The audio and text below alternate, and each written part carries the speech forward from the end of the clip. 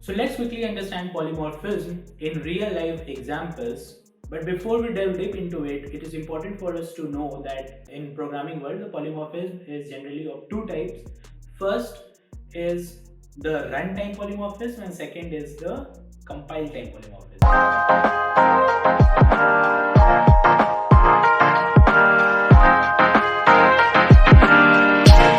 So compile time and runtime. The compile time is also known as static polymorphism, while this is known as a dynamic polymorphism. So what is the very difference between a static or a compile time polymorphism and a dynamic or a runtime polymorphism? So a very classic example we'll try to use over here is a calculator. Obviously, you can assume the calculator to be a real world device, right? You have physical calculators with us. So this real world calculator is a device that we'll use as an example to communicate. So how do I communicate with a calculator if I need to do it with the help of a programming language, right? So in this way, we will be able to incorporate the real world device that is the calculator and our programming paradigm or example that is polymorphism. We'll combine this and see how this concept polymorphism works in real life examples. So let's quickly define a class calculator, and if many of the things seem to be over here jargons to you, then obviously you can look for those keywords on online resources and even on a platform that is Attain, where we explain this entire object oriented programming concept in detail, and there are many online resources also available. So let's quickly define this class calculator, and for a time being, let's define a simple function multiply in two different ways, because why? Polymorphism is the existence of same thing in different forms. So what we'll do, static int multiply, and this is assuming two int values, int a, int b, and this is simply returning a asterisk b. Fine. While for the other one, I'm writing static double multiply double a double b, and again, since this is a multiply function, so I am return a asterisk b. Now this calculator class has been defined. Now we try to use it in our main class. Right? Now let's say we are a human and we are using the calculator. So I'll write class human, and it is using, obviously we need a main function over here, public static void main string args system dot out dot println, and for differentiating purpose, let's give print statements, println.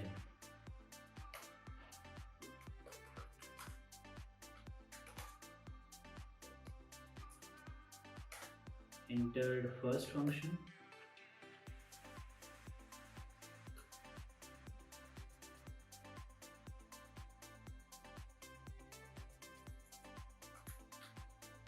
fine.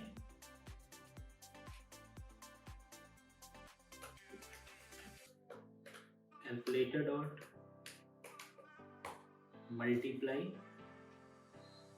3, 4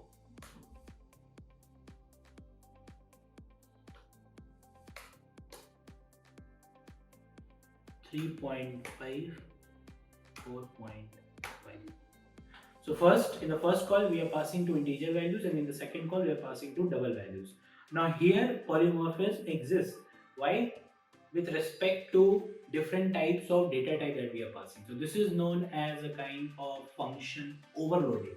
The function multiply, as you see in line number 2 and line number 6, these two functions have been overloaded. How? This particular function, multiply, single function, has been overloaded. How? With the different types of parameters being passed. So overloading can be done in one of the ways, that is defining the different data types of the parameters.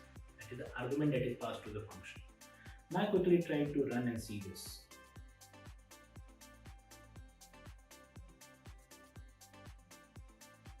Okay, sorry, there is a syntax error, double A, right?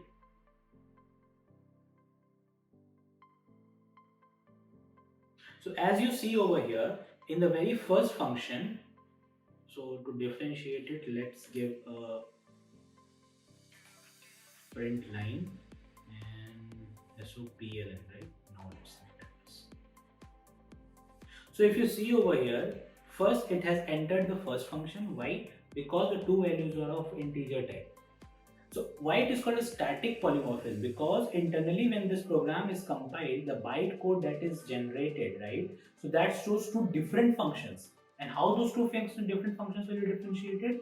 On depending the function overloading concept. That is, if two integer values are called, then the line number 2 multiply will be called, and if two double values are called, or even a single double value is called, then function at line number 6 will be called, right? And this is exhibited from the output being displayed also.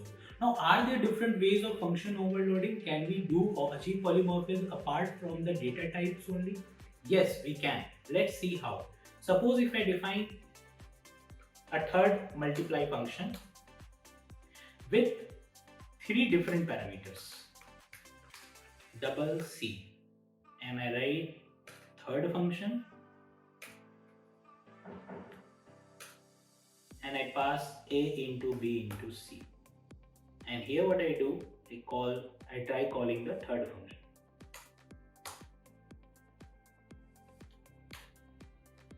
(1.5). Well, now let's see if this particular thing runs or not. So what is the difference between the line number 6 and line number 10? Double A and double B is still there. Two double parameters are still there. Don't go on the variable name. Those are local variables. So two double values are definitely there, but a third double value has been added, and this again leads to execution of the third function. Yeah, as you can see on the output. There is one another way. Let's see what if we try to. So I think this particular functionality is clear, right? Now try to do like single int and second double. Okay, and number of things will keep the same. Int A and double B, right? Now here what I'll do, I'll make first one as double and second one as int. That is, I'm changing the order of the parameters passed, type of function, type of data types passed, order of data types I'm changing. And let's see now how the execution looks like. So obviously here I'll give 4.5 and here I'll give 3.5 and 4. Let's see if this particular overloading concept is possible or not. Obviously if it not, it will give an error.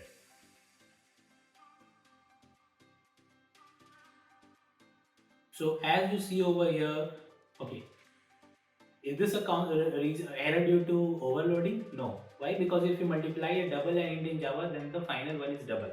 So you need to make the return type as double in both the places. Right? It is known as upcasting of the data type. Well, this one also executed. Why it has executed? Simply because this type of overloading is also possible. So until now we have learned that there are function overloading, that is an example of compile time polymorphism or static polymorphism, one of the types of polymorphism, can be achieved in three different ways. That is, function overloading can be achieved in three different ways. What are those three different ways? First, on the data types, we can change the data types. Second, the number of the parameters passed, and third, the order of the data type passed. So these are the three ways in which function overloading can be achieved. So this was all about static overloading or compile time polymorphism. Now what about runtime polymorphism? So let's see those examples also with the help of a real life example.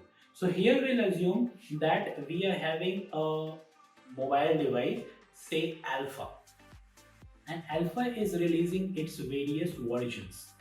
So this will be our basic understanding, and depending on building on this basic concept, we'll try to understand what is runtime polymorphism. So again, we'll define our basic parent class, that is Alpha, the company, the mobile. I hope I'm clear that what I'm trying to say, like that I'll be having a class called alpha, which will be representing this alpha company manufacturing different phones, and then we'll see different versions of this phone.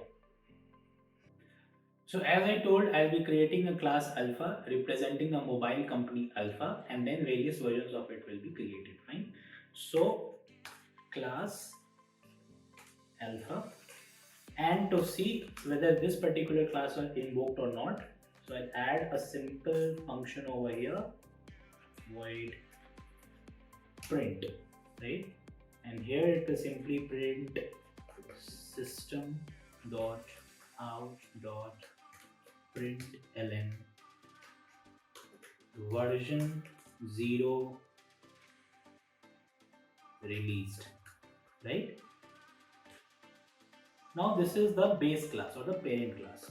Now this will be extended, that is inherited in subclasses, that is different versions, further versions of this particular class. How? So class version 2 extends alpha, right? Version 1 release, 00 released, version 1 released.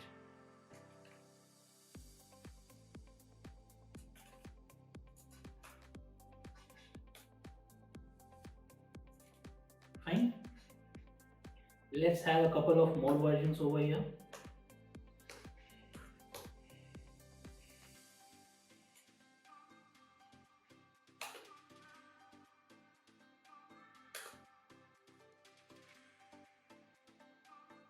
Okay, let's this be version 1, let this be version 2, and let's this be version 3. Fine. And now let's have the main function class, and this is the CEO who will be releasing different versions. We are assuming that CEO is there who will be releasing different versions of the mobile alpha, right? So here we'll have public static void main string args. So in this main class, I'm first creating my parent class object that will act as a placeholder for storing different versions, right? That is to store the objects of different subclasses. And this has been done, right? Now alpha equals to new version 1, and after this if I call alpha dot print, and after this if I call alpha dot print, similarly we'll do for another versions.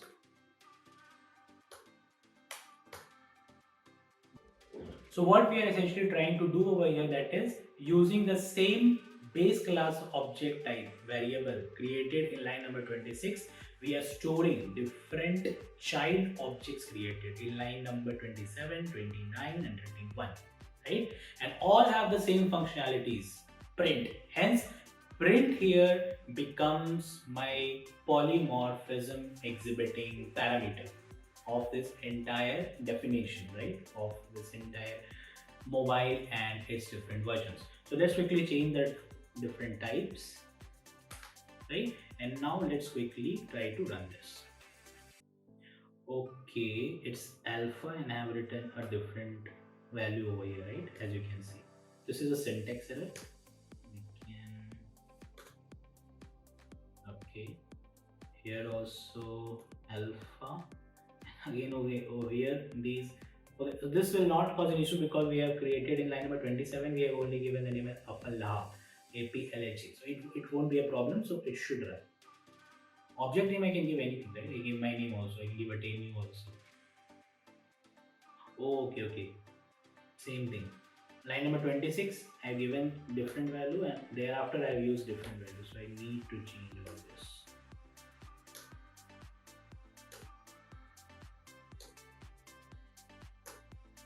Now let's try running this. These were all syntax errors that happen when you're typing very time bounded manner. Yeah, so if I see over here the version 1, 2 release, version 2 release, and version 3 released. How? Using the same function print, using the same variable alpha, but different child classes. So this is known as, why it is known as now runtime polymorphism? Because see, line number 26 will only create an alpha type of variable for you. That variable will be created, right? That variable will be created.